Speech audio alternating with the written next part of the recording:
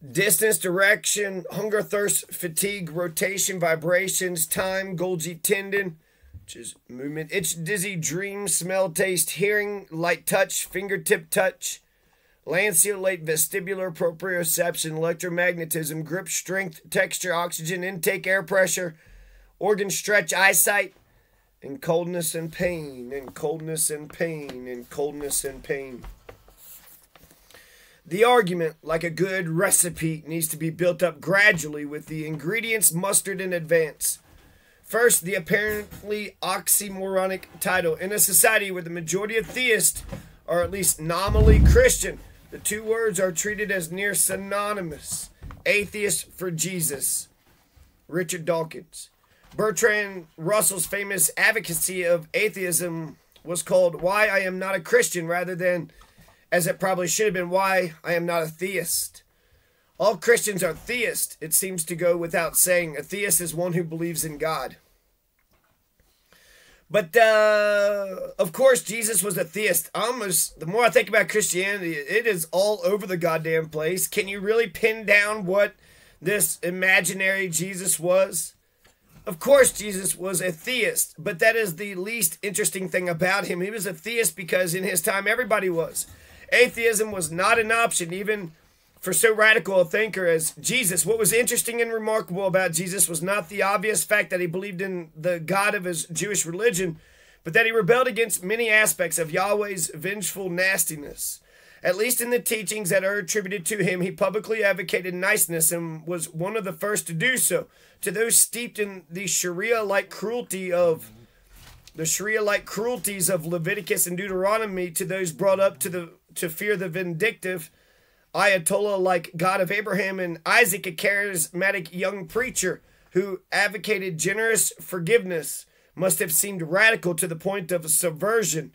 No wonder they nailed him. Wow!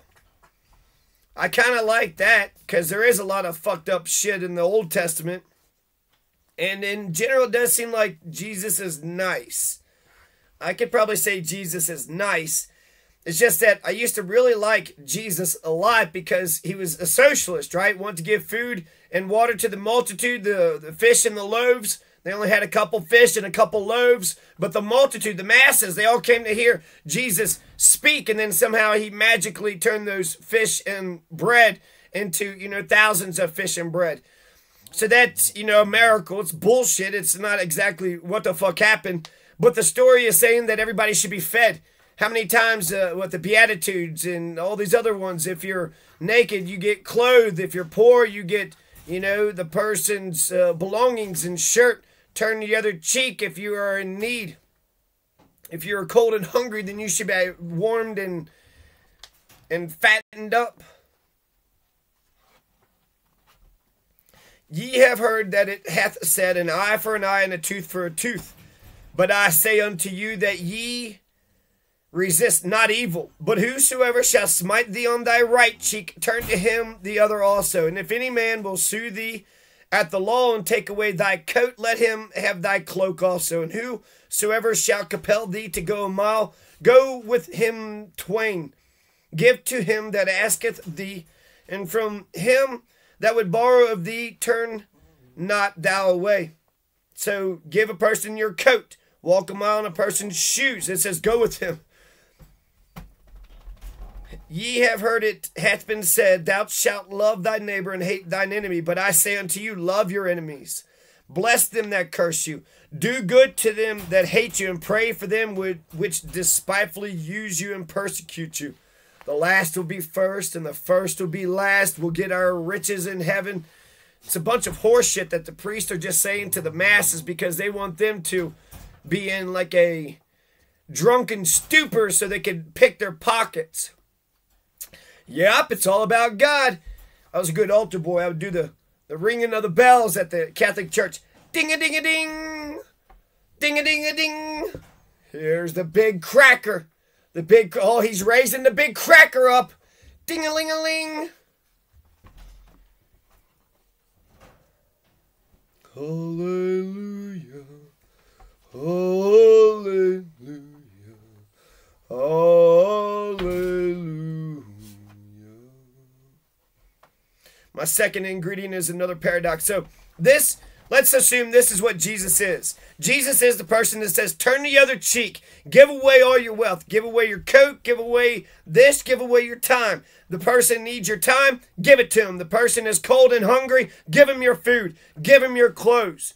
And if they strike you, turn the other cheek. Now, let's just, pick that one. Out of all those, pick that one. And love thy enemy. Love your enemies and turn the other cheek. If you turn your other cheek, like that Rhythm Zero experiment, you will get your ass kicked. If you allow the mob and the people to do whatever they want to do, they will kill you. They will rape you. They will kill you. They will chop you up into pieces. That's what Rhythm Zero teaches us. So you got to have some sort of backbone. You got to have some sort of formidable. Goddamn, Jordan Peterson is absolutely right. How many people are dying in America for the lack of a kind word? For the lack of a kind word. Turn the other cheek. I want anybody who reads this, turn the other cheek bullshit, go smack the priest. Just go smack the shit out of him. He said something to you, he gives you a dirty look, smack him. And then after you smack him, say, forgive me. I'm sorry, forgive me. I just want to test you to see if you are like Christ. Are you like Jesus? Jesus says to turn the other cheek. And if you actually, do this, you'll go fucking poor. They will take all your coats. They will take all, they'll hit you as many, they won't take your time. Oh, you're going to go that way for a mile? They'll stay over here and then, rape your wife and kids. That's what they'll do. Give to him that assethy. Let them borrow whatever. And then love thy enemy. So combine those two. You love your enemy and you turn the other cheek. We are right now in Ukraine defending the Ukrainians because the Ukrainians deserve to live. You got to defend the victim before you got to pick up the victim before you try to fix the perpetrator. But if what the perpetrator wants is for us to just turn tail and for him to bomb the shit out of Mariupol and kill tens of thousands of people and tens of thousands of people, well, hell, that's just... You can't turn your cheek to that. You can't love that. This is something else, isn't it? Go up to any fucking Catholic, any fucking Christian, and just smack the shit out of them. And say, oh, that's an integrity test. I want to see if you're like Christ. You're supposed to turn the other cheek. No, pow! I just smacked the shit out of you. You're supposed to turn the other cheek. How many fucking shitty fucking child abusing assholes? Between your goddamn cops, oh no, just go inside the dispatch, go in the house, don't defend yourself. But he's sitting there doing all these crimes, no, just go inside. So I can't defend myself in American society, huh? Well, I'm a good American citizen, I vote, I pay taxes. He looks like he's always on meth and he just robs everybody. Well, go inside. So any fucking douchebag that does shit to me, oh, okay. Christianity says turn the other cheek in school. In school, if you get in, you're a good student, you get into a fight, that's 3-day suspension for both of you. 3-day suspension if you get into the fight. But somebody attacked me, I told the principal, he got a fucking detention. But if I would have fought back, we both would have got fucked over. So I have to be terrified at the house. Can't defend myself there. Nope, my aunt comes in my house, my fucking grandmother, fucking Nazi fucking... She comes in. Can't defend myself. Can't defend myself. Can't defend myself at the church. Can't defend myself at the school. Can't defend myself at work. Where the fuck am I allowed to defend myself? What kind of pieces of shit would sit there and try to disconnect people from who they actually are? That's the first law of nature. According to Hobbes, the right to defend yourself is the first law of nature. So only a fucking disgusting piece of shit would tell you that you don't have a right to defend yourself. Only a disgusting piece of shit. So, turn the other cheek, love thy enemy, go smack the priest.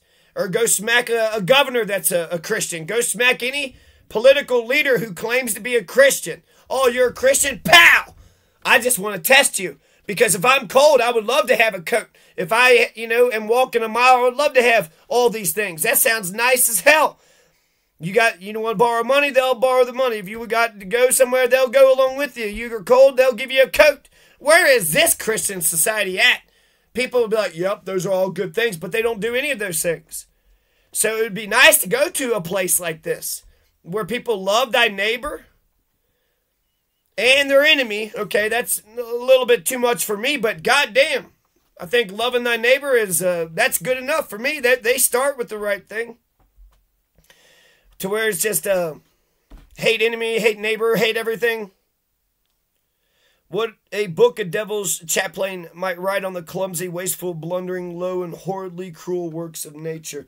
Let's read a little bit about Jesus. So, while I like Jesus a lot, he's very much like a socialist, right? He wants to give food and water to the masses. He wants them to be clothed. He's a socialist. He's like a communist, right? My God, look at him. He's saying, love thy neighbor. Love the people. Feed the people. Care about the poor. Care about the homeless. Care about the lepers. He even says care about the tax collector. And then he says give to Caesar what is Caesar's. So make sure you pay your taxes. Make sure you bow down to Tiberius. And make sure you bow down to King Herod. And make sure you bow down to Pontius Pilate. Jesus Christ does, when it comes to the authority figures, does sound like a charismatic guy, right? Giving speeches and he's just nice and everybody's excited about him. Meanwhile, you go to a fucking Pontius Pilate and it's like, what are you doing? Just sitting around all day judging and being a dick? You're a Pontius Pilate piece of shit. It was not just the facts of nature among which he singled out the larvae of something. Newman wasp. What? Newman wasp in their habit of feeding within the bodies of live caterpillars. So wasp would feed inside the body of a live caterpillar. Woo. The theory of natural selection. We'll come back to this. Let's read